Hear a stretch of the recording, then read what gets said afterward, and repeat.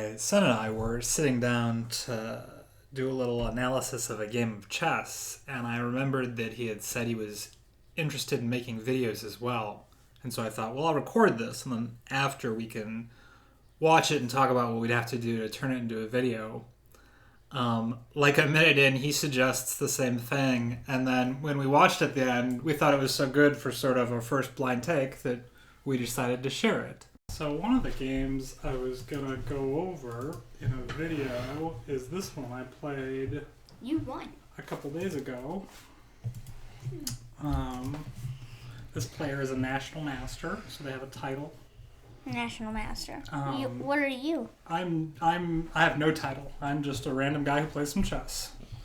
And then just dominates everyone. No, not at all. But I win sometimes. I lose some and I win some, which is good, right? Would get boring if it was only one or the other. I'm gonna check out the camp. So That's fine, baby. the camps that Mama's gonna. You can look at the camps.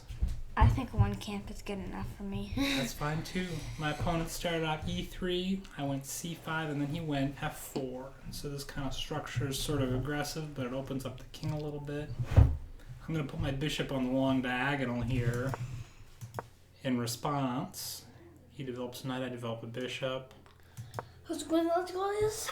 This move I think is weird. I don't think it's time to move this pawn. I think he should develop something else, but okay, fair enough. So I get my knight out.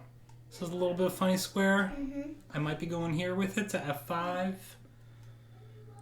I just had a great idea. What's that? So if you did a chess video and it was like you recording and I was with you too, and You can ask questions. Yeah, That's a good idea. We'll do that. maybe before the video that we both created, like Yeah. maybe halfway through, and like. Yeah, and then you can lead it. It introduces you as somebody who comes on the channel. I like it. All right, so in this chess video, Yeah. he just developed his knight, Yeah.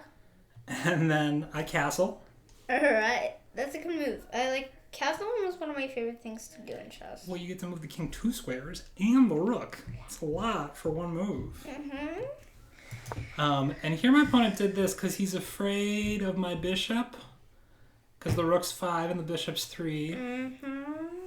But I feel like he's wasting a lot of time, and I want to take over some of the center. And with these two guys, they control these 4 squares. He's Yeah. pretty strong, right? I'm like starting to take a little chunk of his territory. Sometimes I'm like, I want to like force. Okay, now I have like a wall pawn, and they're like Yeah. blocking a big way, except for like that. All right. So then he plays b3. B3. He's gonna get the bishop out. He wants to. So my best piece is this dark square bishop, and he wants to trade it off. But he's spending so many tempos doing it. I'm gonna be able to make all my other pieces good.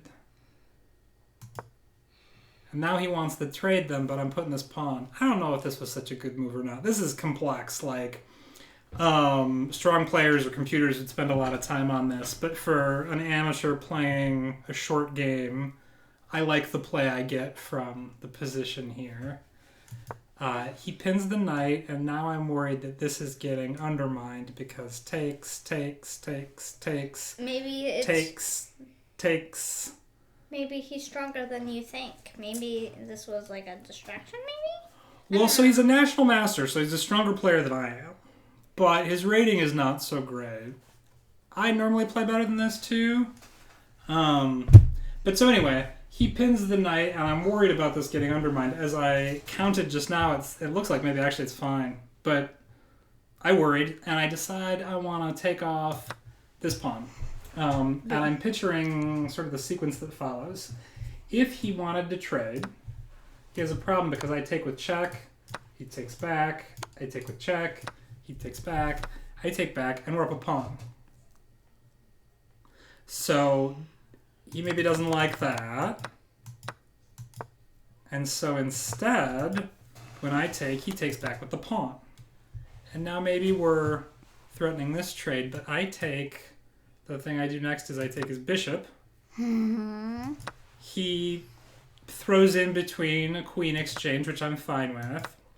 You know, that I think these fianchettoed rooks are bad a little bit. It gets the rook kind of tied up. You'd like it back here to swing around here. But this rook a little bit, it struggles to come back into the game. I don't want to trade off this bishop because I want this knight to not have enough squares. A little bit he's like trying to get his pieces coordinated, and I want to keep that going. He castles. Castles always a great move. Yes. And so now I'm starting to pile up on this weak pawn, and I want to force him to defend it with his pieces and tie them down. He's threatening the pawn push here, and then it goes somewhere.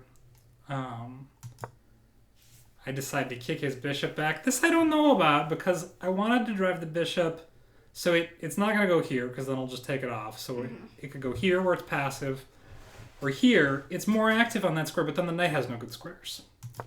So he goes there. That was my idea, but now I'm wondering, did I just improve his bishop for him? I don't know.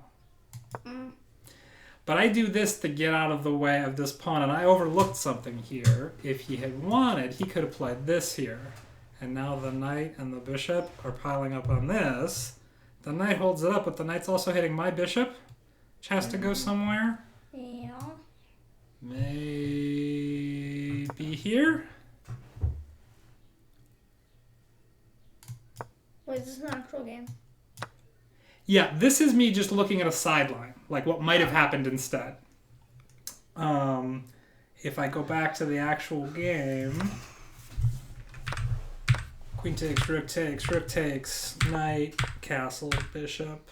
He threatens, I threaten, he backs up. And then I was just looking at the, what if he sees the knight move? But he doesn't see it, and he plays this. Ooh. And so his king is getting kind of exposed, but these pawns maybe are going to run me over. Also, my knight, if you'll notice, has no squares.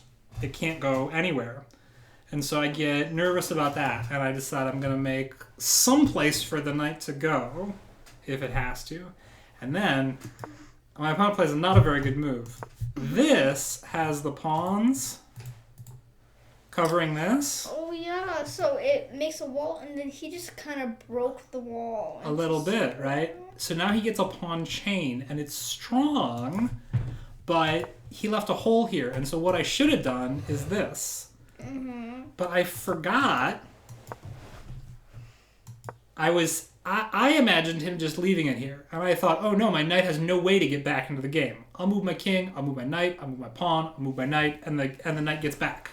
He didn't do that, and as soon as he did that, I thought, oh yeah, I just made a square for my knight, and without thinking, I just immediately put my knight there. But I want the knight to move forward. This would have been way better, I think. But I played this. So I meet his bad move with a bad move. And now he's coming with his knight, and he's trying to pile up on this square. Again, knight, bishop.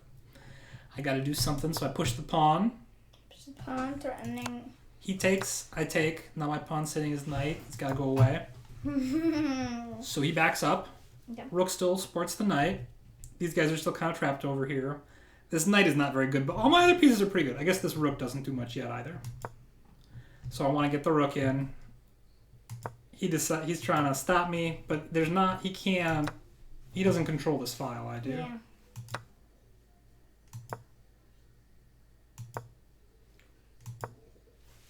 All right. So we come to here, and he's got two defenders on this weak pawn of his. This is attacked once, defended once, but this D file we've got very strong control of, and rooks are very strong on open files. And as they're coming into his position, one of the ways they're strong is if they come to the second rank, but the other way they're strong is if they come to the first rank. Because look at all the squares it's got available now. There's lots of options. So I can move to that square. Now I'm threatening this again. He's got to find another defender, which drives this knight back to the square. And then I bring in the other rook. And so my bishop is centralized here. It's doing all this work. These guys are doing this work. And then the knight's got its squares. This knight is the piece now doing the least. Check him here. He steps, and I'd love to checkmate him, but the knight covers that square, so it's not quite there. And my idea here is, so this knight was the least active of my pieces, and I want to take it to here, and then here would be a pretty big threat, because he'd have to sit up there, and then I'd push the pawn checkmate. Mm-hmm. My opponent, being a natural master, sees that I'm doing this and starts maneuvering to parry this threat. When my knight comes to here, his knight comes to there. And so his idea is my knight comes in check, his knight comes in takes it, there's no checkmate. He hit my bishop, so I move it back to defend it. And he does that, which opens up his rooks and lets them support each other. But this pawn is hanging over here, and so I move this rook to hit it. And I like how my rooks have this kind of... It's just a lot of the board. It is a lot of the board. It's like a barrier. Like you can't go here. And yeah, the other one has a dynamo attack too. Like he could destroy that white castle piece. This? Yeah. That's a queen. The queens have the diagonal attack. The rooks just go in straight lines. Oh. Then why? Oh, I see. So he blocks it with his rook. Mm-hmm. I take, he takes. And then I play my rook back to the open file. And one of the things that you'll note about his knight that was holding the checkmate at bay is that it does not have any squares. Every square is covered by something. Bishop, pawn, king, bishop, bishop, bishop, bishop, his own pawn. And so there's no way to get the knight out. And so it's a clear way to attack. So if he goes down a piece, I'm just going to trade until I have one piece and he has no pieces, and then I'm going to pick up his pawns. And so he doesn't want to do that. And he plays his rook to the open file as well, and his knight supports it. And his rook supports his knight and breaks my rook's attack on it. And even if you try to attack, there's a pawn right there that would attack yours. The white pawns are going this way. So this pawn would attack here and here. Oh, so you can just take... He... No, because the knight takes. So if I play rook takes, then he plays knight takes. Mm-hmm. But I have another move that sometimes there's an in-between move. So the rook's hanging, I have to do something. It turns out it's not a rook move. Can you think of any move at all that you could make that could protect the rook?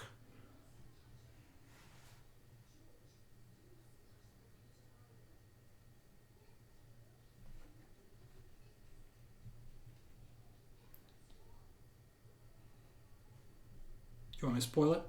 Yeah, I can't figure it out. Yeah, it's hard to see. So what you can do is you can take the knight. And now the rook's protected, so if he plays the rook takes, we play bishop takes. Yeah, that makes sense. And if he were to take that, we would just take his rook, and then again the knight has... no, it does have a square, actually. Then now it can get out. But rook and knight versus knight, that's too much. And so there he resigned. That was a game that felt pretty good to play. I've been really struggling to play lately. But just the last couple days, it's a lot easier, and that feels good. Yeah. I want to play some more. Yeah. Thanks for going over the game with me. You're welcome. I love doing it in like a YouTube show style. Yeah. That was fun. Yeah. I love doing that. Agree. I did too. I kind of want to do another one. Yeah, maybe we will.